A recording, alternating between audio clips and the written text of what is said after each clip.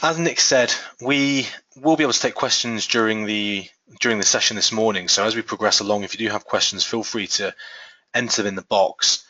We have had a couple of questions already. So one is that will we be recording the session? And the answer is yes, we have got this on record. So this can be made available later for you. And will the presentation slides be available? And again, yes, we can make these available for you if you want them. So don't feel the need to write everything down. We've got this on record and we can make all the content available for you afterwards. For the session this morning, we're going to focus on looking at third-party due diligence. So looking at how you can understand what this means in terms of a bit of background. So some of the scenarios we might face in terms of case studies and also some statistics around this area of work.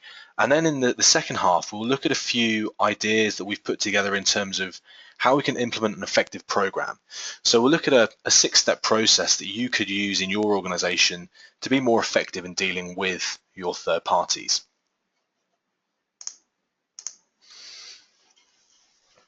For most of you out there, if you're working in the area of compliance or legal and compliance or governance, risk and compliance, that general field, I think it will come as absolutely no surprise that this area is becoming increasingly complex. There's a fantastic survey done every couple of years by EY, the Asia Pacific Fraud Survey, and we can see here a couple of bits of information from the survey they did this year.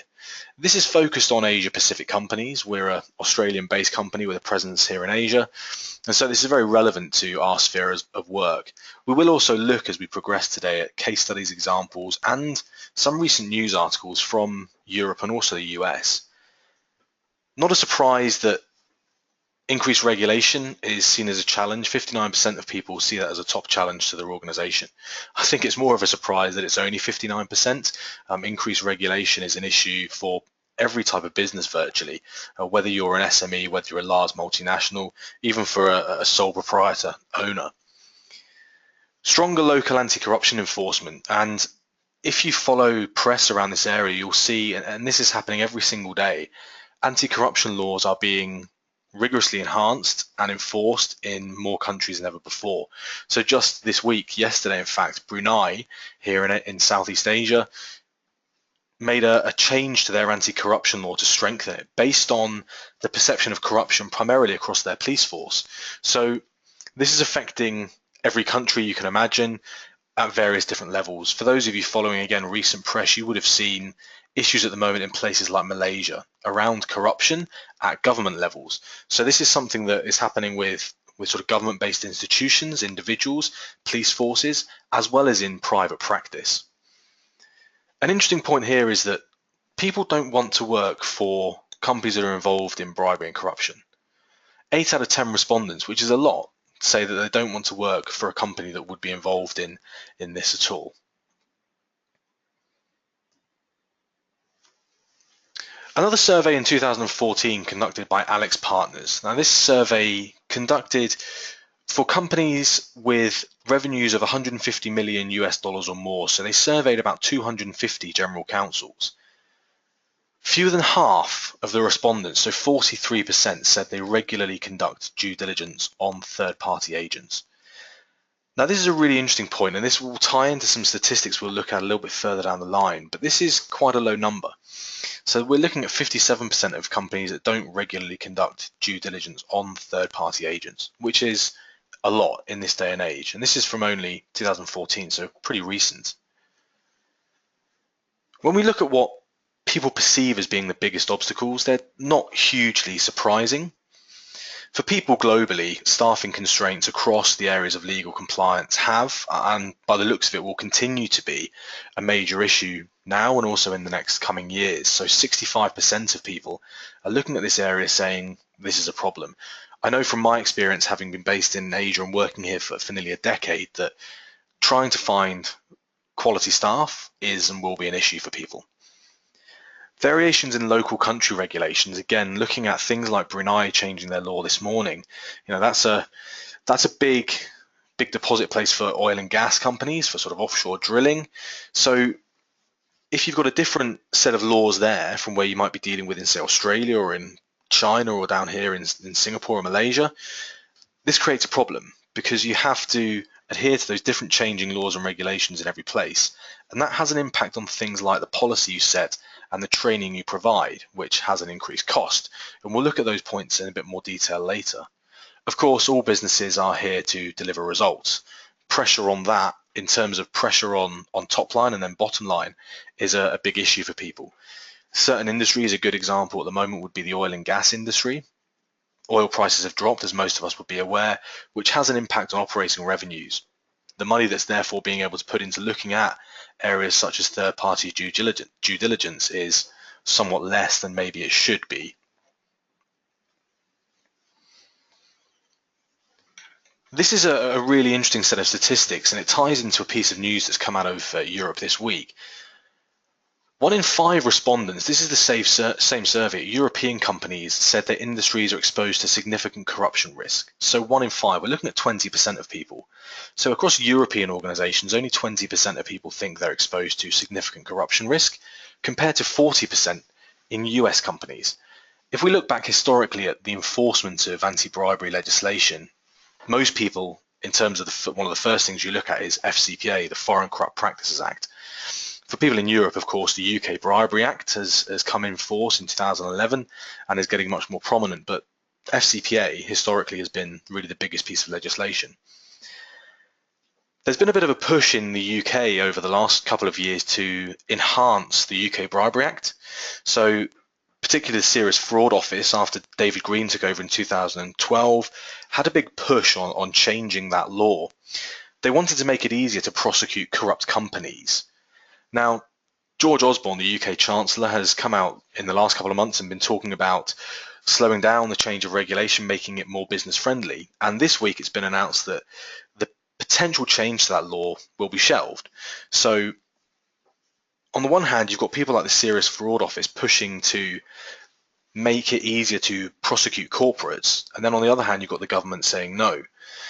And this partly feeds into the idea across European companies that it's not such a big issue. Corporates are finding it easier to, in some senses, get away with this idea of sort of being liable on the bribery and corruption side. Whereas in the US, as we've seen historically with the size of fines coming out, and you would have seen the fine probably this week from Hitachi, for the issues in South Africa, the $18 million fine. Companies in the US, I think, are a bit more wary about this, having been dealing with it for slightly longer.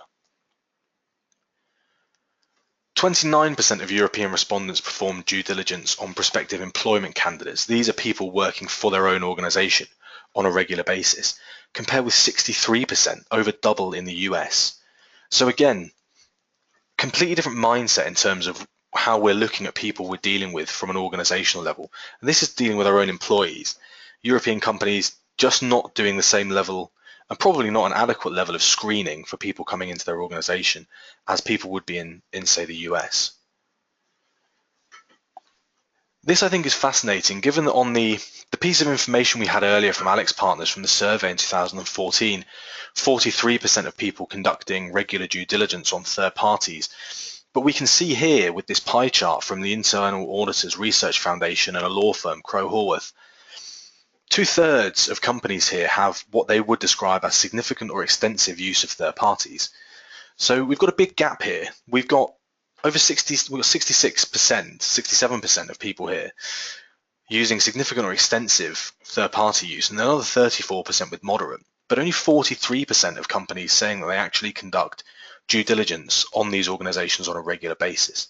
So we've got quite a discrepancy here in what all organizations are doing and what they should be doing in theory. It's no wonder when we look at these statistics that companies face a huge risk from dealing with third parties. A lot of them just are not doing necessarily what they should be doing.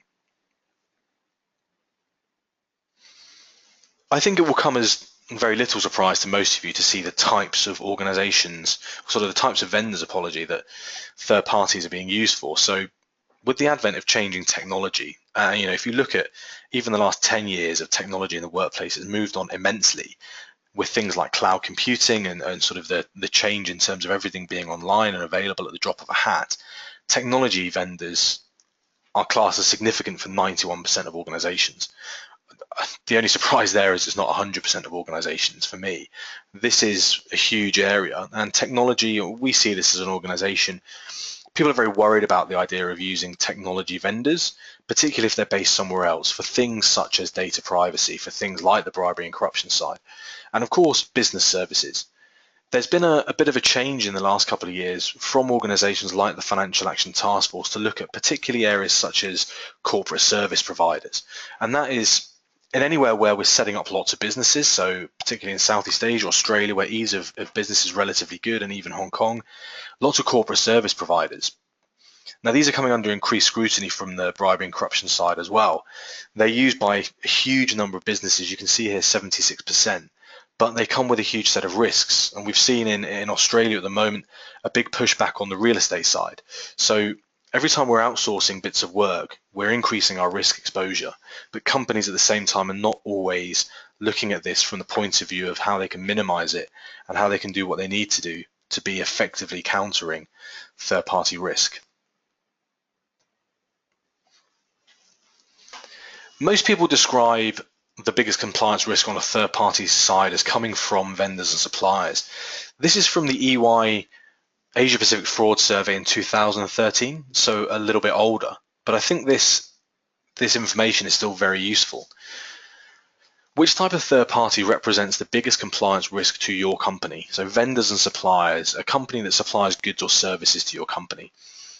Invariably, we are taking something from somebody else. So we're using other organizations to get something, whether that's a business service, whether that's technological goods, whether that's subcomponents in a manufacturing process.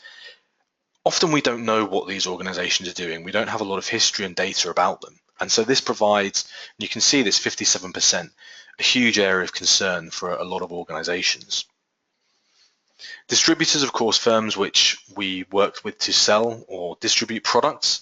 Again, it's often hard to know what these people may be doing, and particularly in this day and age where we're not up the road from people we're doing business with, we can't just pop down the street and see them. They might be halfway around the world. It's not as easy to get information and keep a good check and balance on what these organizations may or may not be doing in terms of what they should be doing. As we move on, we can look at a few different case studies relating to some recent news we've had in the last few years about third-party risk, and particularly on looking at the bribery and corruption side. Here we look at, and the first thing that pops up here is FCPA. We've got a UK firm doing some drilling in Guinea, something pulled up because of an FCPA probe. So in my experience dealing with organizations in this area, it's not so bad now, but there's historically been a view that what a law in one country doesn't affect everybody else. The whole point of the Foreign Corrupt Practices Act is that it has a huge extraterritorial reach. So it's looking primarily at bribery and corruption happening abroad.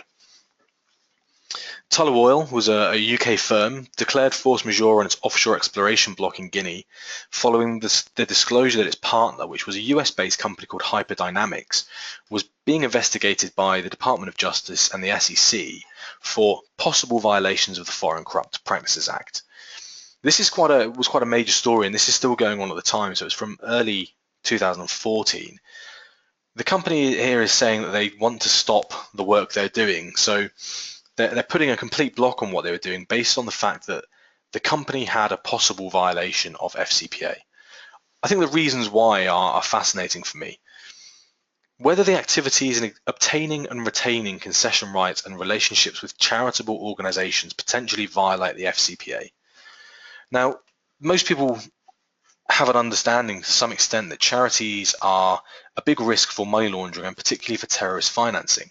Now, that's not to say that all charities are involved in either money laundering or terrorist financing, but they can be used as a conduit for moving funds illicitly globally from one country to another.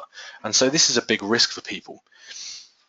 Was there an issue here with this organization in obtaining and retaining concession rights? How did they get the rights to be drilling in the first place? And what was the relationship with charitable organizations? So here looking at potential fund movements through these charities and how they got the rights to do their business activity in the first place.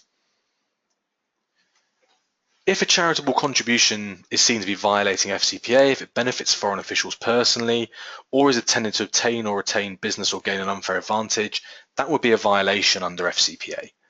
So this is one way that companies individuals can use the system to be involved, particularly in money laundering and terrorist financing activity.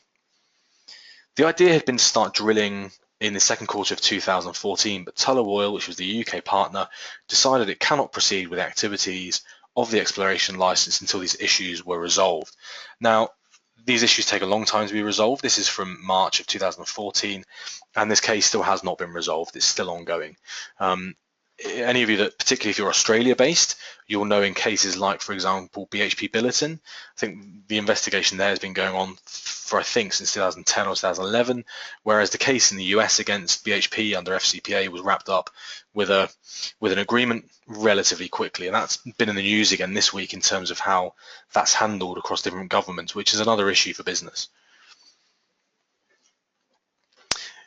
One of the first cases that came out in the UK following the implementation of the Bribery Act was insurance broker, a company called Willis, who were fined 7 million by the FSA. Now, they were actually fined 10 million, but they got a 30% discount from self-declaration, which is quite common in the UK. The issue with Willis, and this is slightly different in the UK Bribery Act, particularly with dealing with things like third parties, is failing to put in place robust systems. So we're not saying here that they actually did anything wrong in the sense of they might not have actually bribed somebody, but they didn't have a robust system in place for anti-bribery. Suspicious payments were unearthed in this case in both Russia and Egypt. They failed to sufficiently and adequately monitor about £27 million worth of payments to oversee third parties. So that's quite a lot. And the fine actually here, if you're looking at a 10 million fine, in the reality, the big scheme of things, it's not a huge fine compared to some you would see coming out of the US in particular. Willis in this case were deemed to have not taken appropriate steps to ensure that payments were not being used for corrupt purposes. They had repeated warnings, and we'll see some other cases around this same industry, the insurance industry, coming up shortly. But the difference here, I think, with these cases is the failure to do something. And we'll see that with this next case, the failure to take reasonable care. So this is another firm in the same industry, a company called Beso, fined by the Financial Conduct Authority in the UK for failure to take reasonable care to establish and maintain effective systems. So again, it's the idea behind companies should be establishing and maintaining effective systems to prevent, detect bribery and corruption risks. When we come later to looking at our 6-step process for how you could do this, you'll see some of the systems you could put in place. Often the issue with companies is they have not adequately put these in place. They haven't set up the right systems, the right policies, the right training and procedures to not only prevent and detect bribery, but to say, yes, they did what they should have done in the first place. They maintained weak controls, which gave rise to an unacceptable risk that payments could be used for corrupt practices. So again, this isn't saying they were used, but that they could be used for corrupt practices, including the payment of bribes to persons connected with the insured or public officials. So this was from the published findings from the FCA last year in the UK. Beso jumped on, of course, the wording of these statements and said, the FCA has not said Beso permitted any illicit payments or inducements to any third parties. So what they're saying is, Beso as a company is saying, we haven't been found guilty here of making a bribe or making a corrupt payment. We're only being fined for the fact that we had a failure to put the right controls and processes in place.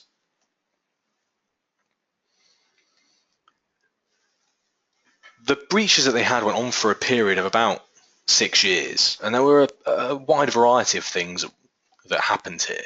There were sort of 11 listed altogether. I've picked out some of the key ones. Limited bribery and corruption policies. Written ones weren't created until November 2009. Of course, policies now, we think as employees and employers that policies are commonplace and everybody should have them, but that isn't and hasn't always been the case. So the issue they had was they were limited and they weren't written down. So as we know from being compliance practitioners or legal practitioners, if things are not written down, it's very hard to verify their existence and their quality. When they did start producing written policies, the content and implementation was not adequate. I think it's really important here to distinguish those two different elements. One is the content of the policy itself. What does the policy do? What does it say? What is it there for? What do people have to agree to? And also the implementation. And this is an issue, we'll talk about policies a bit more later. Having a policy is one thing. If you don't adequately disseminate and have people attest to the policy, and you don't update it regularly, you don't test people's understanding, it's really not a particularly useful document to have in the first place. They failed to conduct adequate risk assessments of third parties before they entered into business relationships. This is a key point, and that's really the whole point of the webinar today, is you must be adequately looking at third parties in terms of their risk level, their risk ratings, their background, how they are doing in terms of their policies and procedures before you start working with them. It's absolutely crucial.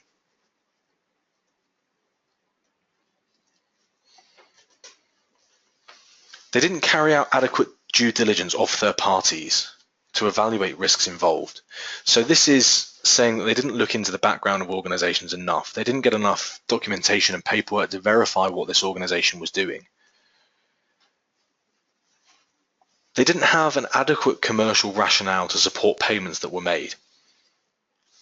For those of you that are sports fans, and I would think probably a number of you are, you will have been watching the FIFA scandal this year with great interest, and I certainly have. Not so much from the sporting side, but more from the bribery and corruption side. And we've seen again this week in that scandal, payments being made that are very hard to support.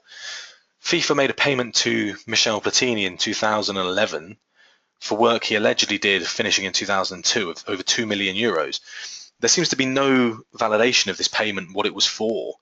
And people are now, these guys are now sort of covering their tracks and saying it was for A, B, and C, but there was really nothing to support the idea of what this payment was made for. And Beso had the same issue. They couldn't adequately say why they had particular payments made. They didn't maintain adequate records of anti-bribery and corruption measures taken on their account files.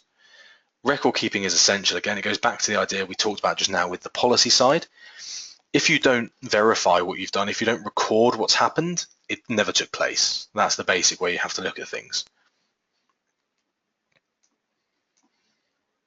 You start seeing a trend here in that lots of the cases around this area of third parties involve insurance firms. The Financial Services Authority, this is a slightly older case in the UK, fined Aon just over $8 million or £5.2 million for failing to recognise and control risks of overseas payments being used as bribes. At the time, that was the largest fine levied in the UK for financial crimes.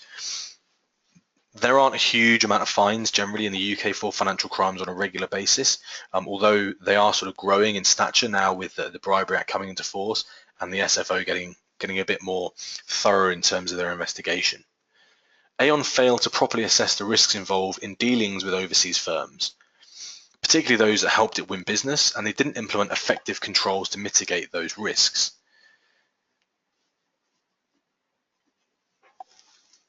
They had disclosed in 2007 that they had an internal investigation which was ongoing into possible violations of FCPA. They self-reported the investigation, which then led to the investigation in the UK. So once they self-reported that they were being investigated by the Department of Justice and the SEC in the US, the UK FSA started looking into this case. Now what's interesting here is the FSA's action came just after they fined a construction firm, Balfour Beatty, about 2.25 million to do with work on a project in Egypt. These cases focused on issues around payments made to third-party intermediaries, particularly relating to things like custom disputes. So these cases often are focusing on the construction side especially, and also here on the drilling side, with customs disputes around getting equipment through in a timely manner.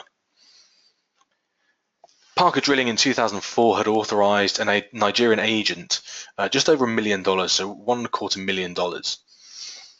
They made these payments to the agent even though executives knew that the agent was going to use the funds to entertain Nigerian officials involved in customs issues. Lo and behold, following the payment to the agent and the entertaining which subsequently went on, the company received an unexplained just over $3 million reduction of a previously assessed customs fine. This, I think, is a great way of looking at sort of first-hand in action how these things work. The company pays a third-party agent a load of money and he entertains people involved in a customs problem, and all of a sudden a previously assessed fine vanishes. This is a good sort of first-hand idea of how this works in practice. This graph is from the AlixPartners survey that we mentioned earlier. I think interesting stats here, and I'll pick up on a few things as we go through, but the headline figure, 30% of companies stop doing business with a partner because of corruption risk. So just under a third of companies stop doing so. And this again is from a survey of about 250 general counsels at companies with revenues of $150 million or more. I'd like to point out on this graph a couple of really interesting bits of data that I think are useful for people because they're things that we can actually work on a practical basis. The first is, and we mentioned the first column earlier on, inadequate staffing resources. I think we're all well aware of issues around this area. I don't expect it to change greatly in the coming months and years. But the second point for me here is crucial.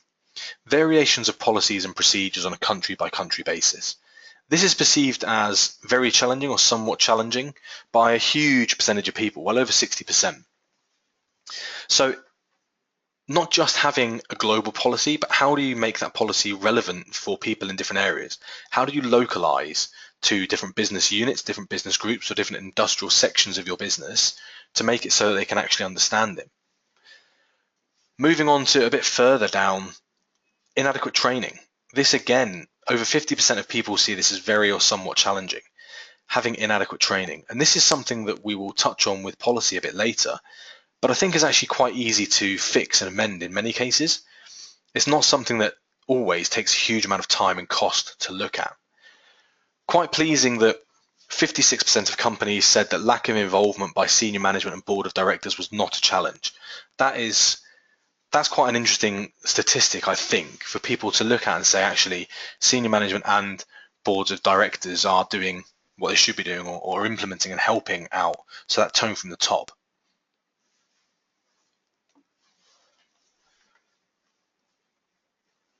Looking here at the idea of trustworthy organizations, this is from the MIT Sloan Management Review, looking at how we build trust in organizations.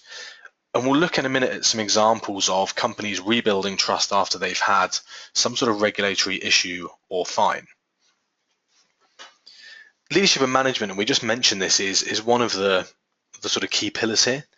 We hear a lot about tone from the top. I think tone from the top is an important but often overblown concept in the sense that it's not just the tone from the top, it's how that is disseminated down and communicated effectively through the organization. So looking here at the culture and the structure of the business, how are we looking at setting that up so we can take the leadership and management ideas and disseminate that through the rest of the organization. And then we have things like systems, and we'll look at some systems ideas as we progress through with our 6 steps. How can we use these to build and reinforce trust? How can we use this to have better systems in place? We've had a question come in from one of the participants. It's to do with looking at paper trails for third party before you start doing business with them. We'll touch on this idea in a little bit as we look through some of the steps we can use to implement good, effective compliance program. So we will come back to that point shortly. I'd be very surprised if most of you haven't heard of Siemens being fined. So a fine of more than $1 billion overall to settle charges of using bribery to secure government contracts in a number of places. Here we can look at some of the elements of repair that were put into place. The first one is really important and I think is really interesting. An externally led comprehensive independent investigation. So having a staff amnesty, often this is called something like a Truth and Reconciliation Commission, where we get staff to come forward and explain things that might have happened. Externally led comprehensive independent. Again, if we look at a good example at the moment is the FIFA case, these are things they have wholly failed to do. So by keeping everything in-house, there is no transparency as to what's going on. Appointing a respected independent expert to advise on reforms. Organizations do this so that they can bring in outside guidance instead of just looking internally at the resource they have. We've talked a couple of times here about policy and about training, and revision of code of conduct, reforming policies on compliance and anti-corruption, and then training over 200,000 staff. So this is a real mindset shift, and we can see here shifting beliefs and values, really working hard to amend the way people look at their obligation as an employee. What does the policy say? What does it mean I have to do? How am I trained on that?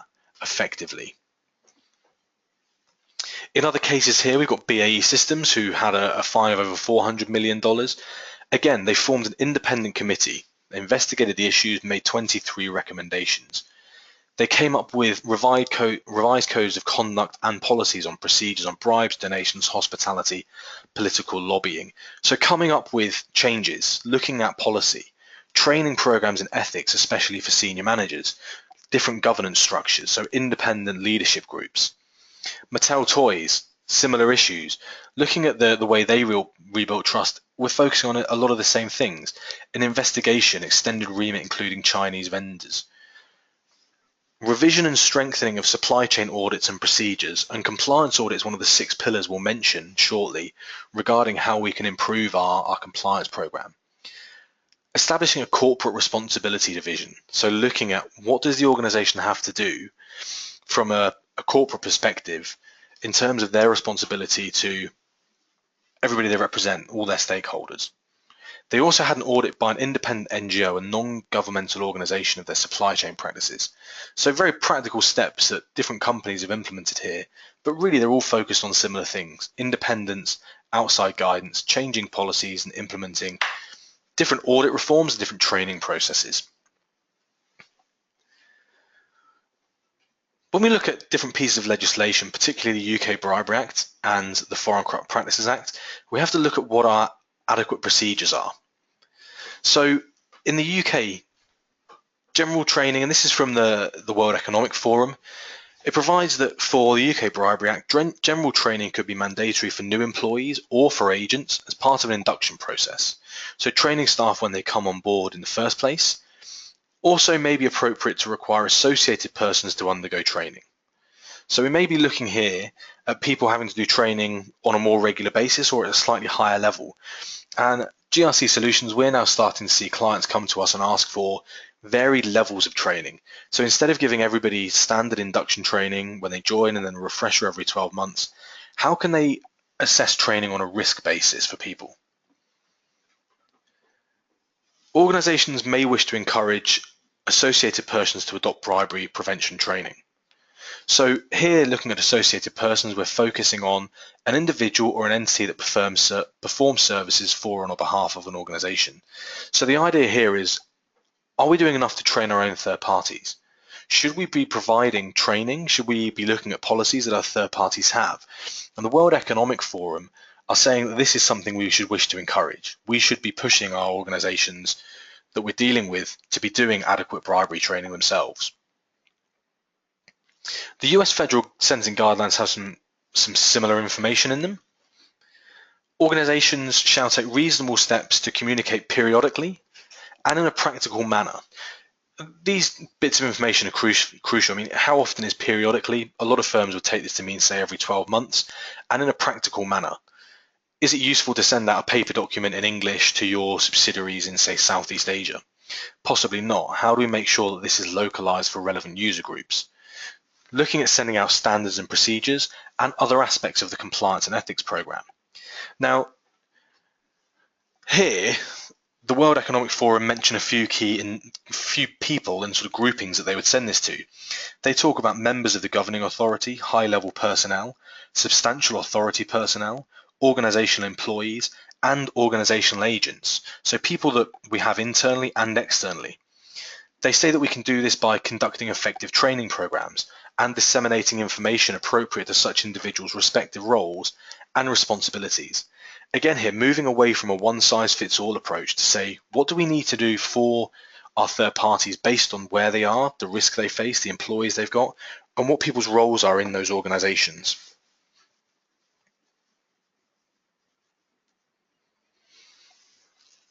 There are a number of things we can do when we want to build an effective compliance program. We have here 6 steps listed, and I'll go through what these are, and then we'll look in detail through every one and have a better idea of what it entails and how we can do it. And hopefully this will answer one of the questions we've had a little bit earlier. Communication with third parties. This sounds like an obvious, but it's really important, and we'll look at some points from Trace International as to how we can effectively communicate with third parties in a way that makes it easier for them to understand what it is we're trying to achieve. Performing a compliance audit. So using our audit function, our compliance function, to make sure we've got the information we are looking for in the right manner. Reviewing standard contract terms, what can we do to change those to make sure we have a legal backstop if there are issues that arise? Managing policy dissemination and attestation.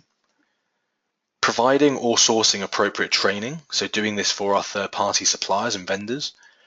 And benchmarking our program and reviewing it regularly. The first thing here is to communicate with our third parties. Now, for most of us, we accept that due diligence is a given in third-party relationships. We have to vet our commercial third parties in response to a series of risks, so things such as bribery, money laundering, sanctions, conflict minerals, traffic labor, sextortion, etc. We're going to ask our potential partners a series of questions, and we want to verify and document their answers. It's highly likely at this point we're going to receive some pushback from these agents, distributors, channel partners. So these are people that want to enter into a business relationship, and they see the idea of doing third-party due diligence or they're filling in their required paperwork as something that slows the process down. Now, this is not a surprise. We and they have invested a long time getting the parameters for the business relationship up and running. This is one of the last hurdles, and it feels like an exhaustive set of requirements that people have to go through. There are some things we need to do to make this a little bit easier for our third parties. The first is make sure we tell them we're not questioning their integrity. All companies need a robust, reliable record to show that they take their compliance responsibilities seriously. By and large, most due diligence is quite routine. We are going to be asking the same questions on a regular basis, so we're going to be looking for the same information from these parties in whatever industry and region we're in. We want to make sure we tell our third-party vendors, suppliers, business agents, we're not targeting them. We're not questioning that they've done something wrong in the past. We're just looking for past conduct, looking to find out if there's been misconduct, if there's been a bankruptcy, if there's been arrears. We don't want to assume that having something that's higher risk, for example, government ties, is going to break the deal. We have to look at this and say these are things we have to deal with. It's not going to put the business deal in jeopardy because you've got a relationship with the government. We are trying to get a complete picture, so trying to get as much information that helps us build this profile as is possible. We need to highlight that we know it's a burden. We know this is an issue. They're business people. They don't want to spend their time doing this. This takes away from them doing their sales, marketing, providing paid services, whatever it is they may do. We understand that. We need to make sure they understand it as well. We know it's a consuming expense on the monetary side as well as the time side, and we know that sometimes information can be a little bit invasive or maybe duplicated. We want to reduce the burden, automate as much as possible. Things like certifications by independent third parties. So using organizations, Trace is one example, to have third-party certification. This covers the paper trail. So there are requirements laid out with organizations such as Trace and other vendors that list the documents you would have to get. So looking back through their profile, anticipating questions that will come up, countering negative stories in the media, being proactive to save time and build trust. We need to make clear to third parties that the longer they resist, first it will slow the process down, but also makes it look like they've got something to hide. We may have questions about code of conduct or their certifications. If they just refuse to acknowledge or they refuse to sign the attestations we've given them, we're going to start worrying. We're going to start questioning the issues they've got. Why would that be the case? Why wouldn't they be open and honest with us? So we want to say to them, being open and honest with us now will help this process go along quicker. Providing answers to the questions we want will help us develop a better working relationship now, which helps us move forward. It's in everyone's interest to take this process seriously. Make this a priority, move through it as quickly as we can. Don't fight the process. It will raise doubts about them as a business partner. I hope most of us agree with this point in general and not just on this specific topic, and I certainly do. There's a really good business advantage to handling compliance well. Working through a due diligence request for, and this came up earlier, for the paper trail, so looking at their past records, their banking documents, looking back through other business relationships they've had, joint venture work they've done, government tender contracts they've picked up and won, or ones they've won and haven't executed on successfully, and why. Looking up at project conciliation they've had. Getting all this paperwork together properly is professional. It makes them look good. It helps us move forward in the relationship quickly and efficiently. As an organization, if we're conducting due diligence with a third party and it goes well and it's quickly, we're very happy. It's a delight to deal with these organizations. If they want to get to work quickly and they take the process seriously, that's good for both of us. If we can explain these 4 points to our potential clients, it's much easier for us to move forward in an efficient manner. I think key here is, it really is point number 1, to do this first. Make sure we tell them we're not questioning them. We don't think you've done anything necessarily wrong. We have to do this as part of the process. If you help us, we can help you. Compliance audit, which we mentioned briefly earlier, is the idea of looking at, do we know what our third parties are up to? I mentioned earlier, we can't just pop down the street these days to go and see what they're doing on a physical basis. And people are right to be concerned about third-party risk. Who owns this third-party risk? Partners may be acquiring components from other businesses whose existence is completely unknown to us. So we need to find out, what are they doing in terms of their business procedures? Third parties can create huge risk for an enterprise. Things like hiring practices, working conditions, whether they're dealing with certain types of minerals that might come from a conflict zone, things like their carbon footprint, political conflicts in the company they're from, their data security, data privacy, and data protection work. Are they financially stable? Have they got the rights to the intellectual property they're using? The list is enormous, it's virtually exhaustive. Nobody's immune to this. So what can we do to try and improve our process for gathering this data? We're looking to identify compliance risks when we gather information from these organizations to assist in risk ranking. What are the high risks that are coming from that organization? We want to evaluate our understanding and a management understanding of their compliance with regulations or policies that should be in place. Are they complying with things like the FCPA or the UK Bribery Act if it applies? Are they complying with their local data policy? Are they complying with local policies regarding, say, money laundering? Are our parties actively engaged in good policy management and training? Going back through records they've got, so looking at, and this, trying to answer the question earlier as well, the paper trail. What policies have they got in place? Can we see the attestations from individuals? Can we see the training they've put in place in their records? Have we got signed verification of work they've done? So do we have results of training courses that staff have undertaken, their certifications? Can we see policies they've signed up to? Can we see the various developments in that policy, so when it's been updated over a period of time? These are all things that help us build a picture of an organization in terms of their compliance with relevant laws. Looking at testing compliance with agreements. So when they've signed agreements with other organizations, have they adhered to them? Are they up to date with current regulations, the policies? Are their policies up to date with where they should be? Are their contract terms and service level agreements being met? Are there any red flags being raised when we look at these? Are we looking at contract terms they've got with other suppliers or vendors that raise huge issues for us? What processes can we identify to improve our third-party interactions? And this is where our compliance audit piece comes in. Contract clause is something we can implement to help us in the case of potential issues on this front. We can implement things such as this line here. We want to ensure that our third parties are knowledgeable about anti-bribery laws applicable to the performance of this agreement, and they will comply with them. So we're putting in writing that the organization must adhere to the relevant law. We want to put in writing that they haven't and they won't offer or authorize or make any payment, gift, promise, or other advantage, including a facilitation payment.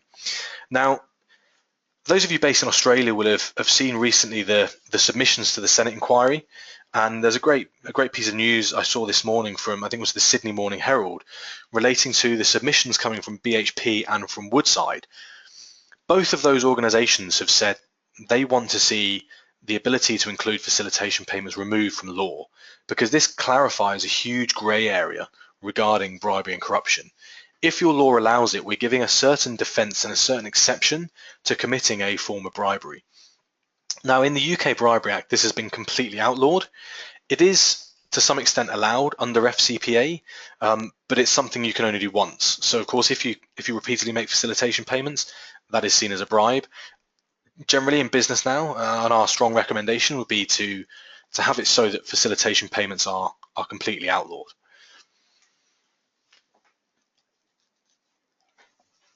Providing in a contract clause the ability for you to terminate an agreement. So looking at the Tullow Oil case of earlier, where they imposed force majeure, saying we can immediately terminate or suspend this agreement if certain things are happening, i.e.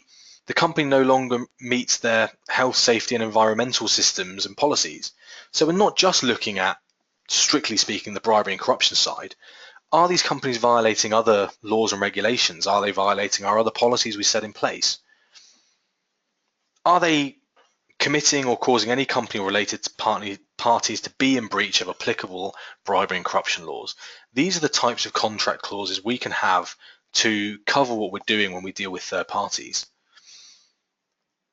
Having suspensions or terminations relating to companies or third parties being in breach of applicable competition law or trade control law, or any laws not mentioned. So we can put wide clauses in on a legal basis to make sure we cover what we're doing from a third party perspective, covering ourselves in the event that something like an investigation or a self-declaration comes up at some point during our business relationship. We're going to look at a couple of different areas around policy management. One is taking control and one is achieving compliance. How do you take control of policy management?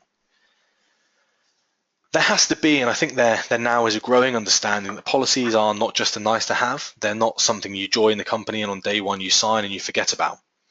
These are something we use to shape culture for businesses of all sizes.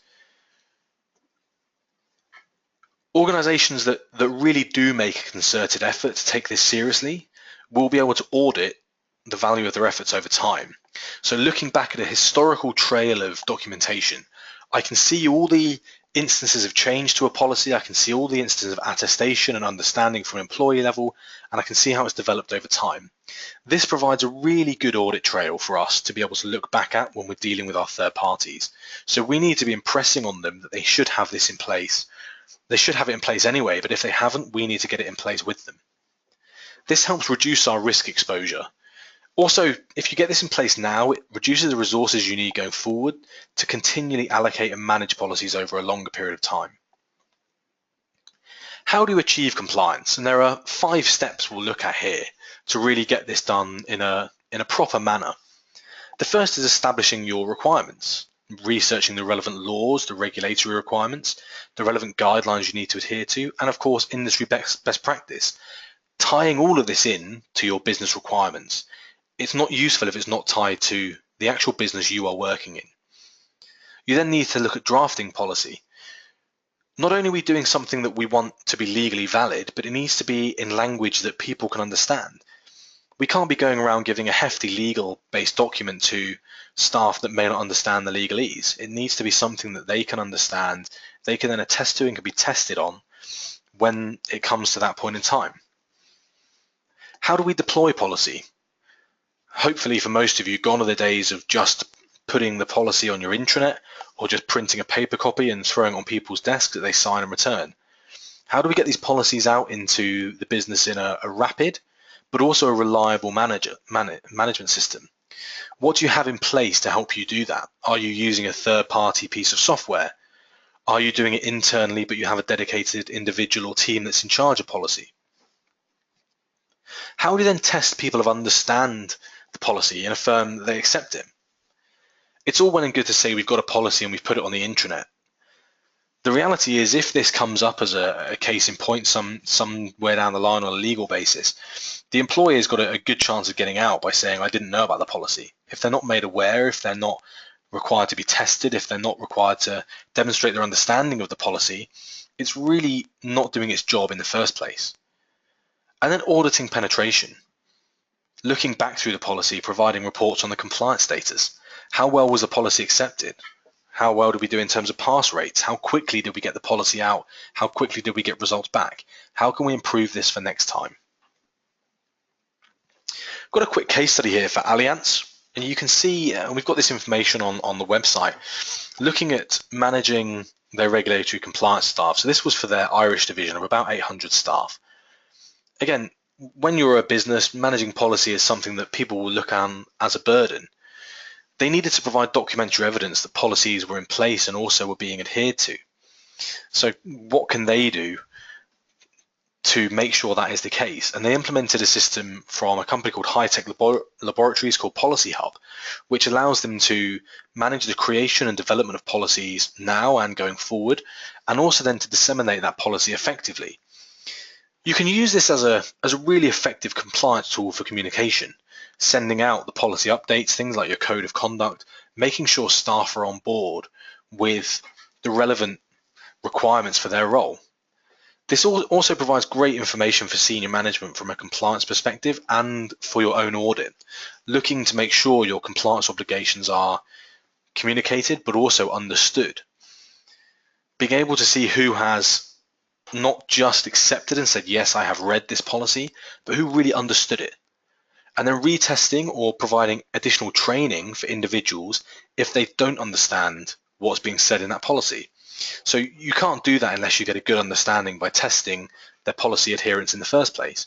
So there are systems out there that can help organizations do this.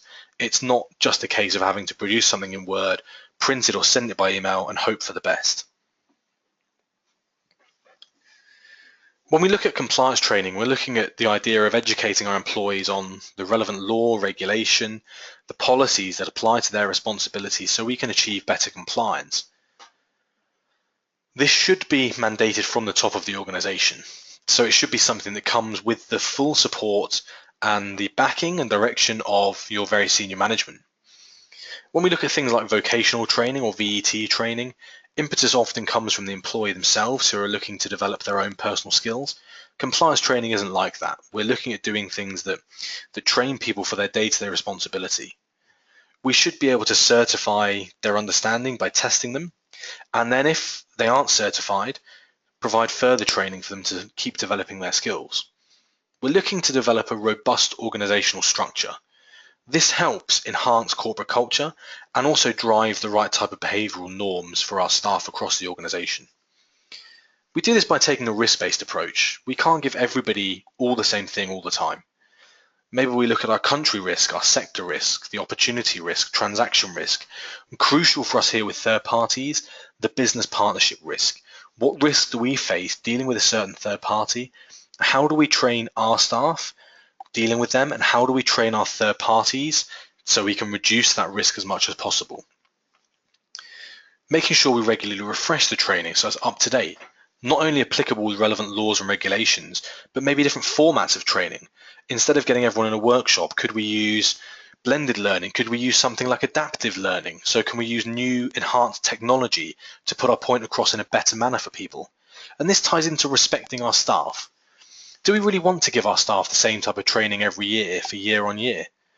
We want to make sure it's an appropriate level to engage them fully, to make sure the training is effective and is useful.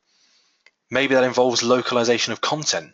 Maybe it involves changing language for certain user groups. Maybe it involves different case studies depending on where in the world they're based. We want to have an idea and an understanding of ensuring frequency and delivery. So how often are we training people? We looked earlier at the idea of induction training. Induction training is great, but it needs to be backed up on a regular basis with something else, something more. Maybe it's regular refresher training. Maybe every year staff do a specific workshop or specific piece of adaptive training on one area, for example, sanctions or conduct risk. Can we give different training methodologies to really engage our staff instead of always doing the same thing? What can we do that makes it a bit different? How can we tie it into what they do? We need to make things specific for different job roles, not just generic off-the-shelf training for everybody. How can we tailor it for different user groups in different places for the role that they do? And of course, recording what happens. Without the record, it never happened in the first place. We then need to make sure we act on issues that come up. So for example, if certain user groups are really struggling with one topic, can we provide some form of remedial training for them to enhance their understanding? I think this is a brilliant quote here from a company we have had a relationship with, Kroll. Trying to conduct due diligence on a large number of third parties with whom you are doing business on a regular basis is like trying to change the engine out of a moving car. That is a great quote.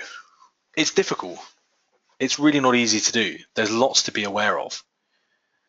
Looking at training here, this statistic I think is quite shocking, and this is from this year. It's from a Kroll and Compliance Week survey that was done. I think the survey was done at the very end of 2014, and reports came out this year. 48% of companies never train their third parties on anti-bribery and corruption, and that is a shocking statistic, given that there are many ways of doing it that are cost-effective and relatively easy to implement. For half of companies out there not to be doing it, it's baffling, and it's no wonder, therefore, that people are getting fined and are caught up in regulatory conundrums when they're not doing the basics. We will be sending out the information from today, so you'll be able to see this particular piece in a little bit more detail. I won't go through it line by line, but it gives an idea, and it's from a document and a research report we mentioned earlier from the Internal Auditors Research Foundation, looking at different benchmarks and ways of moving forward from sort of the initial phase of having a really minimal idea of governance, risk identification and assurance, all the way through to what we would describe as a sustainable way forward, so optimal. So you go through repeatable and defined to manage and then optimizing. This is where we have a particularly sustainable compliance program. This is where we need to be moving towards. And so the further away from the red area you get, the better you are in terms of moving on. As mentioned on the previous slide, that previous quote, it's not easy. There is a lot to do. Having said that, it's clear and it's well known, I think, that not all, but a lot of companies are not taking advantage of the solutions that are out there to the extent that they probably could and frankly should be expected to, based on potential regulatory scrutiny. So some of the things we've mentioned, things like certification from third parties from Trace, policy management tools like Policy Hub, training, whether it's workshop-based, blended learning, whether it's e-learning, adaptive learning from organizations.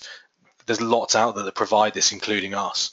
Looking at your risk mitigation and compliance audit, there are so many tools available for people that are not being used effectively when they could be, with an idea of reducing their third-party risk.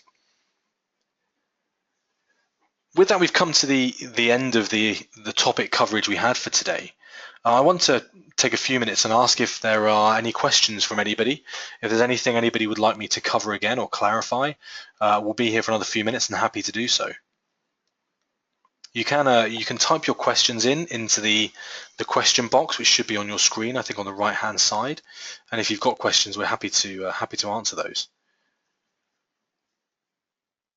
If you would rather, my contact details are on the screen, so you can feel free to get in contact with me, either on the phone or using the email. We've got our website address listed as well. We can have questions coming in that way as well. We've had a question come in here regarding false attestation. So how do you manage risk associated to false attestation? I think I'm just going to sort of pop a question back regarding this. I think, and this is from Piyush, the issue around attestation here is we're asking people to verify that they have read and understood and agree with the policy that's given. I was chatting to a client recently, and this was a great example where an employee had been away on holiday, and the employee gets back to their desk on a Monday morning. The policy had been left on the desk the previous week. Within minutes of being back in the office, the employee has signed the policy and returned it to the group compliance. Now, the compliance professional knew there was no way that the individual could possibly have read the policy. However, once it's signed, the employee is attesting that they have understood that. This is where, for us at GRC Solutions, our recommendation would be providing an element of testing of employee understanding of policy. This, of course, involves an element of time and cost. I think from my perspective and from an organizational perspective, employees need to be tested on their understanding of policy. It's not enough anymore to simply give it to them and to simply ask them to sign the form and say they've understood it. You need to actually test they've done so.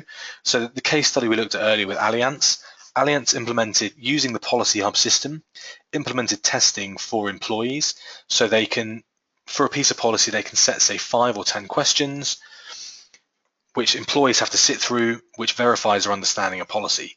You can therefore remove the element of false attestation.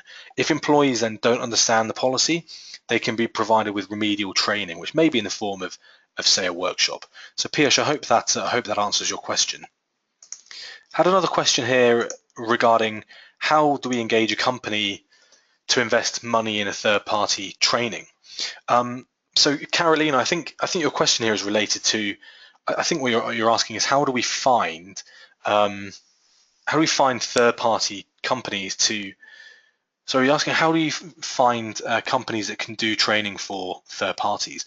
There are a huge number of companies out there that will do this sort of training.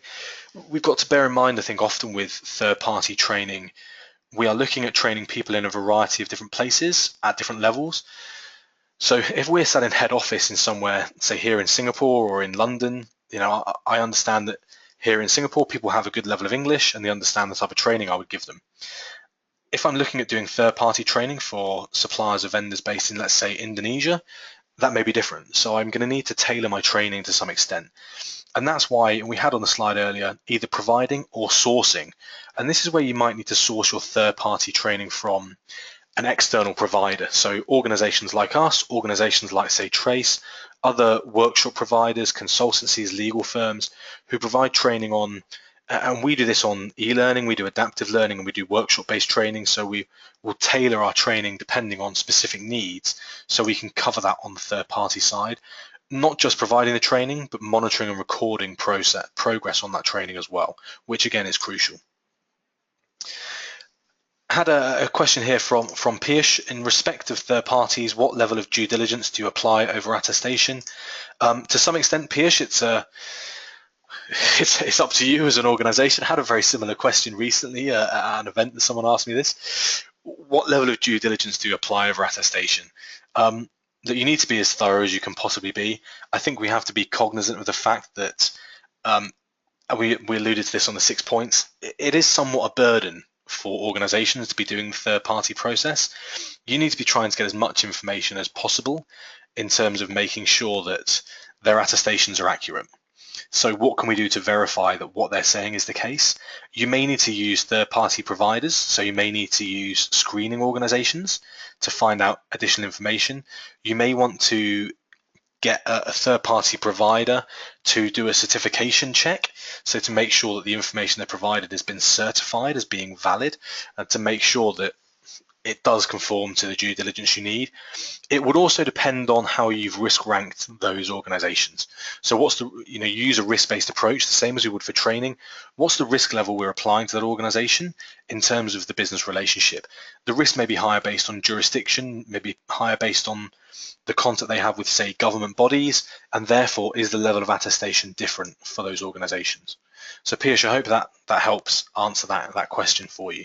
I'm happy to follow up separately, Piyush, on that one if you'd like some a bit of further conversation. Had a question in from, and Carolina, just to your question, we will be able to share this PowerPoint, so we've had this on record and we'll share it as well. And Piyush, yes, the RBA the risk-based approach, I think that's essential. I just saw your comment there. When looking at attestation for due diligence and things like training, risk-based approach is incredibly important. Question here from Luca. Hi there, Luca. Good to hear from you. What if the third party you're requested to use is appointed by your customer? How do you conduct due diligence on them? The contract is between our customer and the third party. So Luca, you're sort of, we're talking about the arm's length issue here, where the third party has been appointed by somebody else. This is something that's actually, it's been popping up more recently, and here in Singapore, there's been a bit of a change with this in some of the laws on things like money laundering.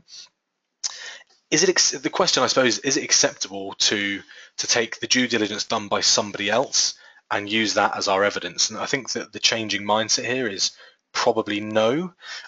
So you need to be ensuring that you've got the same level of due diligence reports and paperwork from your customer. So if you're dealing with a customer and they've got a third party and you need due diligence on them, you need to find out what your customer has done. I would use exactly the same approach here, Luca. So the same 6 points we just mentioned. So looking at all those pieces in terms of the communication, the audit, the policy, the training, the risk management, and the regular benchmarking to see what they've done. This could really work well for you on a business perspective in terms of your relationship with that customer. You may find that you're providing information to them that they didn't know about before. This can be a real challenge because if you've got a contract with a customer and there's a third party involved somewhere else, trying to do this is difficult. And again, you're likely to find pushback from organizations saying that this is not what we should be doing. I think you need to use that first point, the communication, to really make clear that you don't have necessarily a suspect issue, but it's a part of the process that you really have to go through. Had a question in here on different ways of engaging third parties during training so they understand the policy. There are many ways of doing this. It depends. Again, I think you have to look at a risk-based approach. It depends on the type of people you're dealing with. For me, if the type of training I would do or I'd recommend would vary depending on the people we're training. So based on their location, based on the type of role they do, the training I would provide for a third-party vendor who's involved in, say, procurement or sales or on government tendering would be very different from, say, a third-party technology vendor who's providing us with cloud-based solutions. So how do you engage third parties during training? Customization of the content to make sure it's relevant for the training you're trying to do, making sure the training is based on a risk base, so a risk-based approach. Is it relevant? You don't need to put your third parties on a diploma course for bribery, so we've got to look at what the risk is, and then monitoring and recording results. So we looked earlier at the idea of certification. So is the training we're providing certified? So is the organization, or are we internally certifying that training for a set period of time? Does it conform to the CPD requirements? Is it valid for a certain period of time before it changes and has to be redone? So I think there are huge different ways of doing training. It really depends on what the need is based on the risk that you assign as an organization. So Pravanna, I hope that helps answer your question. Had a question in here from Roshini. As organizations consider which third parties need to go through due diligence, they may also need to determine how far down the supply chain their due diligence efforts should go. How is this determined? And I think this is a similar question to the question Luca asked just now. So how far down your supply chain do you need to go? Good question. Difficult one to answer in some respects. You get to a point where you really sort of run out of steam and it's very hard to do. You want to do as much due diligence as is possible. So looking particularly at things like the UK Bribery Act, we're not just talking about our suppliers, but we're looking at the suppliers of our suppliers. So as part of the due diligence you do with your sort of first third party relationship, you need to be checking the due diligence they're doing with their third parties. So what have they been doing to make sure that the third parties they're dealing with are conforming to the relevant laws, legislation, regulation. So I suppose the key thing here is making sure with your immediate or your sort of first degree third parties, you're doing as much due diligence as possible. So using that 6-point approach to make sure it's done, but then also where possible, expanding that down the supply chain a little bit further. This, of course, also depends on the industry you're dealing in and, again, the risks you've got. So it depends what sort of interaction your third party has. If you have a lot of third-party relationships, this may be almost an impossible task if you keep going, because you could be dealing with hundreds of third parties and they have hundreds of third parties they're dealing with, and all of a sudden we're looking at thousands of organizations. So you have to take a measured approach, and you have to decide as an organization where you think you have to draw the line. Roshini, I hope that helps with that question. Do we have any further questions? Okay, well, as we mentioned earlier, this has been recorded and we will be able to make the content available for you. So I hope that everyone found that useful. And if there are any further questions or comments, we'd love some feedback. Feel free to contact us via the website or using the email address which is on the screen there. We'd love to hear from you, and hopefully you'll join us for our next webinar. Thanks very much, and I will speak to you all again soon.